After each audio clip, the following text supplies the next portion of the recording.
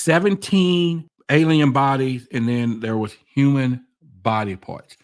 Can you say that again? I'm sorry, what? Human body parts. The Rockefellers. Do you really want disclosure? Do you really want it? Our government made a deal with the extraterrestrials that they could abduct us, you, me, anytime that they want. Now, there was a few conditions that came along with this, and that was one, being they must not harm us. And number two, they needed to erase our mind. And number three, give the big secret keepers a list of everyone who they have abducted. Now, if you think that's strange enough, another part of this, during 1947 and 1953, there was 53 alien crashes. Yes, I have them in this document tonight. But one thing that stood out the most was a crash that contained 17 aliens, and they had cargo. And you want to know what that cargo was? Human body parts. Now, what baffled me the most is when I found out that the Rockefellers, yes, that family, had ties to the greatest cover-up of all time.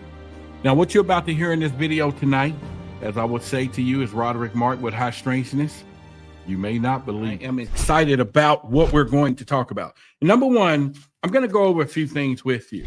And basically, I want you to know that this all happened back in 1940s and through the 1953, 60, as we have all these different projects. Tonight, you're going to hear about several secret projects that our big secret keepers were having at the time, a few key players as well. One of the things that and one of the main people were here is President Truman at the time, who said that they were, the government was dealing with World War II before all of this UFO thing. And I know most of us are familiar with Roswell, New Mexico, where there was a crash. Then there was debris on Mac Brazel's ranch and how he recovered it. And then the great cover-up began when they said, okay, it was weather balloons. And then we find out that the military took everything over to Wright-Patterson's Air Force Base and all these other places. Everything was dispersed out. We had bodies. We had people covering up the story. This thing just grew. Now, one of the questions most of us ask ourselves, why do we want to know, or why is it a big secret when it comes down to what's happening in this extraterrestrial space? Now, you have to take into account what we're really talking about and what is at stake.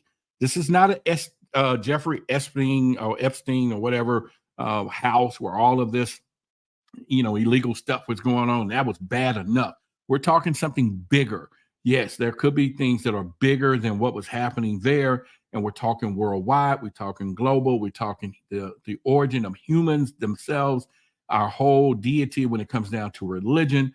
We're talking political power, global power. There are so much implications when it comes down to the biggest of all secrets, which is this extraterrestrial thing. Now, I was always never a proponent to the Galactic Federation. You've seen me do a lot of talk about that. I've done a lot of videos where we talk about who could be part of it. Are they here to protect Earth? Are they here to protect civilization? What all those purposes. I've done several videos. If you haven't seen them, go back and check those out. But one of the things that I discovered in this document, yeah, there is a Galactic Federation. There is some people that was there because there is a notation in here that at one point in time in the 50s and 60s, and I'm not going to get into the total detail, but they came. There were some ships that came, and there were some deals that needed to be made, and there are some other people that intervened who was not from Earth to also say, hey, we can't let this happen. And all of this went down under our secret government. Yes. Oh, my God. This is one of those deals. This document talks about the United States government discovered that an alien spacecraft piloted by, listen to me, insect-like beings from a total incomprehensive culture had crashed in the desert of New Mexico. We've heard of the Greys and all of those things, but this thing is saying that there were some insect-type aliens from a incomprehensible culture that had crashed in the desert of New Mexico. Now, a lot of this stuff happened, as I would say, between 1947 and December 1952. Now, pay close attention to what I'm about to read to you. there was at least 16 crafts or down alien crafts, okay? And make no mistake about what you're hearing today. This is totally one of the things that we want to really think about. But anyway, there were 65 alien bodies and one live alien was discovered. Now, this is due a time period of 1947 and 1952. Another part of this was an additional alien craft had exploded and nothing was recovered from that incident. And of these incidents, 13 occurred within the borders of the United States, not including the craft that disintegrated in the air.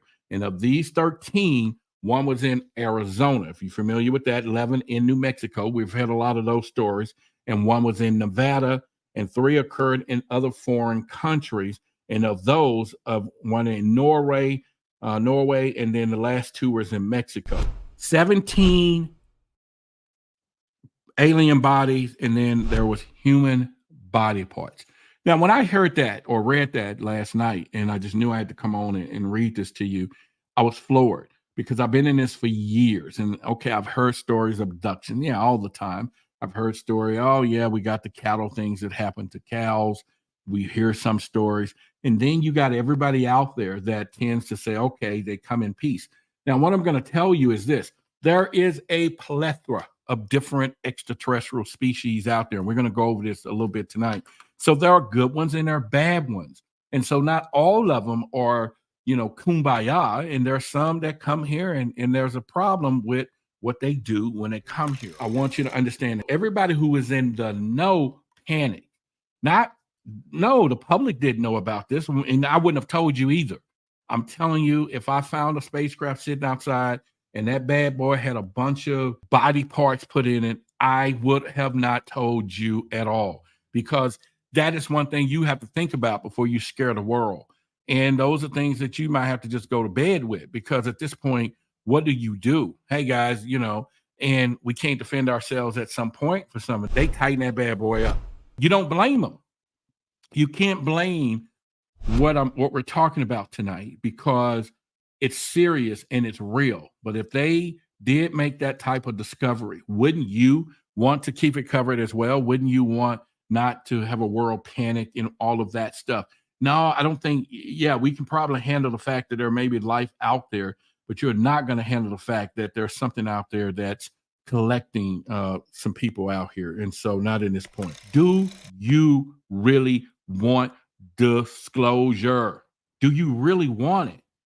I mean, okay. Or do you just want them to sugarcoat? Yeah, there's something else out there and just leave it be, go on with our daily lives and don't worry about the latter. But do we really want all of the truth? Okay, they're telling us that there are crafts out there. They're all saying that now. The UFO thing is not no more taboo. It is real. It's something flying around unidentified that we don't know what it is, and it is not coming from our other countries. Yeah, we have things that we placed in the airspace. Yes, we do. But we're talking about the things that are coming from otherworldly places that is not here and did not originate on planet Earth in our solar system or galaxy. Do we want the truth? I want the truth. You can't handle the truth. All right. So there was a special group of American top scientists were organized under what they call Project Sign. So make sure you write this down, because there are about 6-7 projects. Start doing some research on your own. But this was in December of 1947, and Project Sign was initiated for the phenomenon. Now, the nasty business was contained within the shroud of secrecy, and Project Sign involved into Project Grudge. See, these things move, man. They move them from project to project to hide when somebody discovers something. So Project Grudge came into place in 1948. Project Sign started in 1947, evolved into Grudge. And then a low-level collection disinformation project was named Project Blue Book. Project Blue Book was never designed to get to the truth. We know this now. Hynek talks about it at some point. It was designed to create disinformation to the public, and that's what it was there for, period. And then this was fun. Blue Book was formed under Grudge, and then 16 volume years to come with Grudge, including the controversial Grudge 13. So there was so many, which there were some other people there. And then this thing turned into a recovery team of crash discs and dead aliens. And they called this the Blue Team. It was later evolved into Alpha Team under Project Pounce. So there was a lot of different projects out there, a lot of them that was going on. But during the early years, the United States Air Force and the Central Intelligence Agency exercised complete control over the alien secret. So did you hear what I just said to you? The CIA originally, back in the 19 whatevers, 40s and 50s, was put in place to hide, to cover the alien secret. That's what their initial formation was for, the CIA. They were there to they was assigned to cover this thing up. And so that's where they started when they came. In fact, the CIA was formed by presidential executive order, first as a Central Intelligence Group, not agency at the time. And this was for the express purposes of dealing with alien presence. Later, the National Security Act was passed, establishing the Central Intelligence Agency. What you're going to learn tonight is there's so many different compartmentalized things. It was put together by one of the wealthiest families on this planet, and we'll talk about that. Yes, the Rockefellers. Yeah, they had their hands in this cookie jar. Whew, my God, yes.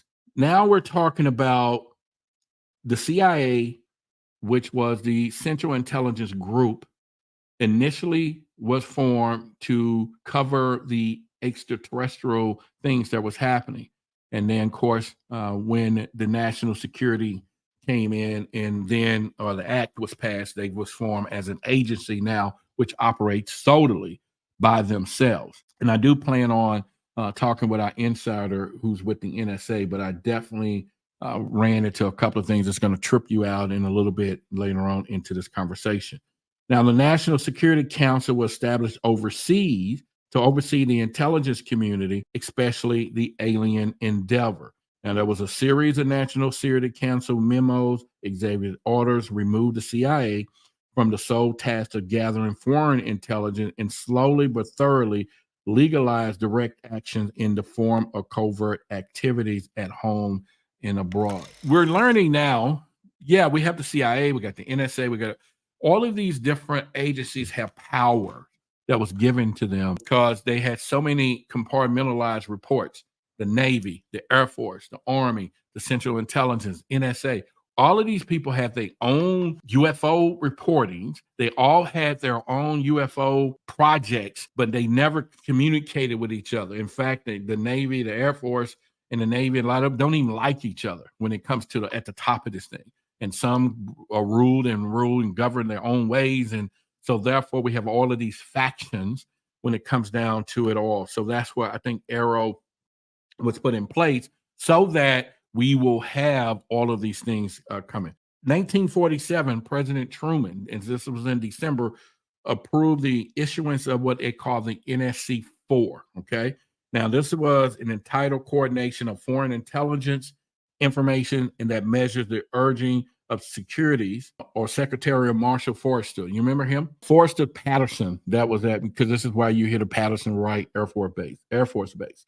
Now, the Director of State Department Policy and the Planning Staff, Keenan. Now, the Foreign and Military Intelligence Book 1 is what it was called, the final report of the Select Committee to study governmental operation with respect of intelligence activities. And the United States Senate, the Congress, all of these put this thing together. So in April of 26 in 1976, the directive empowered the Secretary of State to coordinate and oversee information activities designed to counter communism. And then a top secret annex to the NS4, the NS4A, instructed them to the Central Intelligence to undertake a covert psychological operations or activities in the pursuit of aims. The CIA then changed and said, okay, we need to do psyops. We've heard of that. Of course, they started out for the alien, but you're going to be shocked who took over that part as we go deeper into what we're hearing. There was something called the EG or ECG. It's called the Executive Coordination Group. This was established to be a review, but to not approve covert projection proposals. So they had an executive coordination group that approves everything. Now, what another part is going to trip you out. We'll go into that.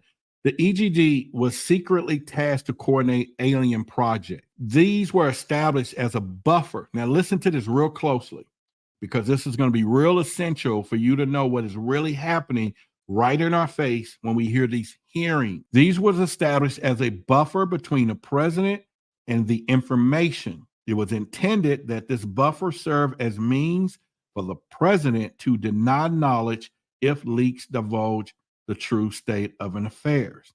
And this buffer was used in later years for the purpose of effectively isolating succeeding presidents from any knowledge of the alien presence of that was secret and the intelligence community wanted them to know. When we watch these hearings, think about this. When we watch the hearings, Moultrie and a lot of them sit there under oath and say, and the congressman, now I want y'all to know this is a dog and pony show. We got to make sure we understand this, okay? Follow along with me. When the congressmen are asking these people at these congressional hearings, did you know about this? And when Robert Moultrie and all of them sit there in our face right there under oath and say things like, no, hell no, I didn't know. Now we're sitting back saying, oh, they're lying. They have to know. Here's what happened. This executive coordination group, which can be their secretaries or whoever it is, these people are put in between those people. Same thing with the president. So when they do have a staff meeting, a briefing of some kind, they attend the briefing, not the officials. The president didn't go. Robert Moultrie, he actually did not go. But his assistant or whoever went and heard everything. And then they could relate to him what they heard, but legally under oath, they did not hear it. What I'm saying is they didn't intend it. They wasn't, and look at the words that they say. I was not briefed on that. I was not told. So even the senators that's asking the freaking questions obviously got to know that they're asking them questions that we may not understand how that particularly works. Because had they had said something like, hey, did any of your assistants go to these briefings? And they go, yeah. And you telling me your assistants don't tell you what's going on? No. They just run a roll? Yeah, that's a lie, right? But if they ask them on the oath, did you get briefed on it? They can say, no, I did not. I did not get briefed on it. And that is their plausible deniability of what is happening. And go back to these hearings. You're going to see it right there. It's happening. And I'm sitting here because there is a political part of peace that is put together for that very reason, so that they can lie to the American people right in our faces under oath and do not go to jail and not pass go and don't collect, and they still collect their $200 because they do not need to do this. This is something that, so I want you to start watching that game when this happens so that you'll be aware that this is what's going on from there.